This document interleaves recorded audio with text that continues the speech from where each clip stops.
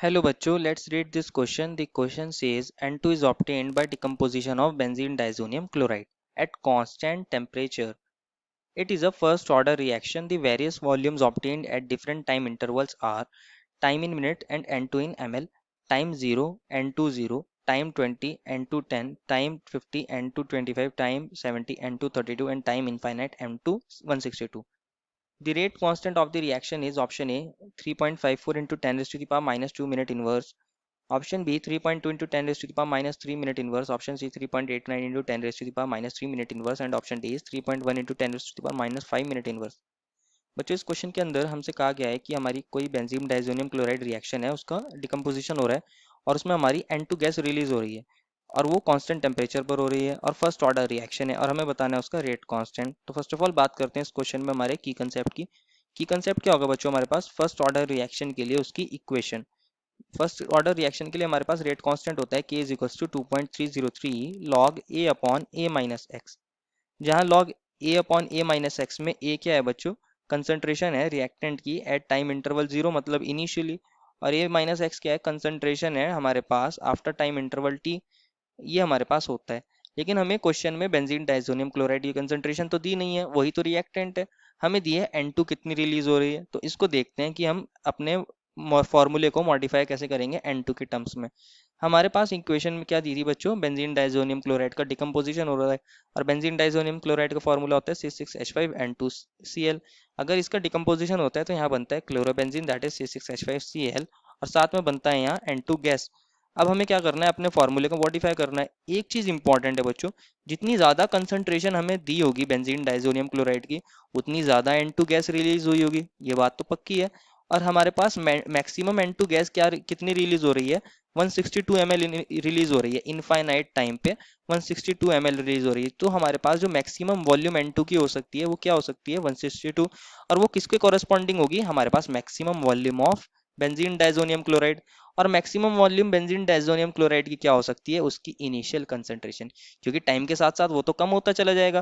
तो हम ऐसा कह सकते हैं जो हमारे पास इनिशियल कंसंट्रेशन है वो हमारे पास डायरेक्टली प्रोपोर्शनल हो जाएगी volume of N2 eight infinite time. हम ऐसा बोल सकते हैं, मतलब ए जो है वो डायरेक्टली प्रोपोर्शनल हो जाएगा वी इंफिनिटी के maximum volume of N2 that is release, हम इसको ऐसा बोल सकते हैं। तो देखते हैं हमारा फिर फॉर्मूला भी मॉडिफाई हो जाएगा। तो मैं लिख सकता हूँ A is directly proportional to V infinity, ये हमारे पास इंपॉर्टेंट चीज है। अगर ए हमारे पास वी इंफिनिटी के डायरेक्टली प्रोपोर्शनल है तो ए माइनस एक्स मतलब हमारे पास concentration of A, concentration of benzene diazonium chloride after time T वो डायरेक्टली प्रोपोर्शनल हो जाएगा V infinity minus V T के, that is concentration of N2 release after time T, ऐसा बोल सकते हैं हम अपने आप को। तो ये हमारे पास इंपॉर्टेंट चीज़ है, ये दो इक्वेशन हमारे पास बहुत इंपॉर्टेंट है। इसको हम अपने फॉर्मूले के अंदर पुट कर देंगे क्योंकि प्रोपोर्शनैलिटी है, तो हम ए की जगह लिख सकते हैं वी इन्फिनिटी और ए माइनस एक्स की जगह लिख सकते हैं we infinity minus V T, तो हमारा फॉर्मूला मॉडिफाई हो जाएगा। उसको मैं लिख सकता हूँ K is equals to 2.303 into upon T into log V infinity minus V infinity upon V infinity minus V T. यहाँ बच्चों वी जीरो भी लगा सकते थे, V infinity minus V zero भी लिख सकते थे, लेकिन वी जीरो तो जीरो ही है ना, तो इसकी जगह सिर्फ वी इन्फिनिटी आ जाएगा। अब हमारे पास वी इन्फिनिटी है 162, और हम क्या कर सकते हैं, अब कोई एक पर्टिकुलर टाइम इंटरवल पे देख लेते हैं हमारी N2 की कितनी वॉल्यूम रिलीज हुई है। समझ लीजिए मैं इसको 10 मिनट्स ले लूँ या 20 मिनट्स ले लूँ, कोई भी वॉल्यूम टाइम ले सकता हूँ और उस पर कॉरस्पॉन्डिंग वॉल्यूम चेक कर सकते हैं। तो कोई भी देखते हैं हमारे डाटा में टाइम अगर 20 मिनट्स है तो N2 कितनी रिलीज हो रही है, 10 ml रिलीज हो रही है।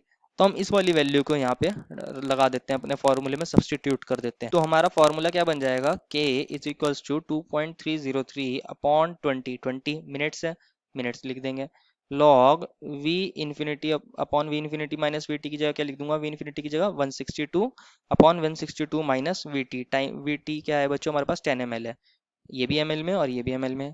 इसको मैं लिख सकता हूँ 2.303 अपॉन 20 और मिनट डिनोमिनेटर में है बच्चों, ये ऊपर आके क्या बन जाएगा, मिनट इनवर्स बन जाएगा।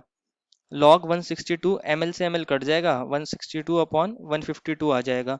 अगर मैं इसको सॉल्व कर देता हूँ बच्चों तो इसकी वैल्यू आती है 3.18 into 10 raise to the power minus 3, ये हमारे पास आ जाती है मिनट इनवर्स, ये हमारा रेट कांस्टेंट है।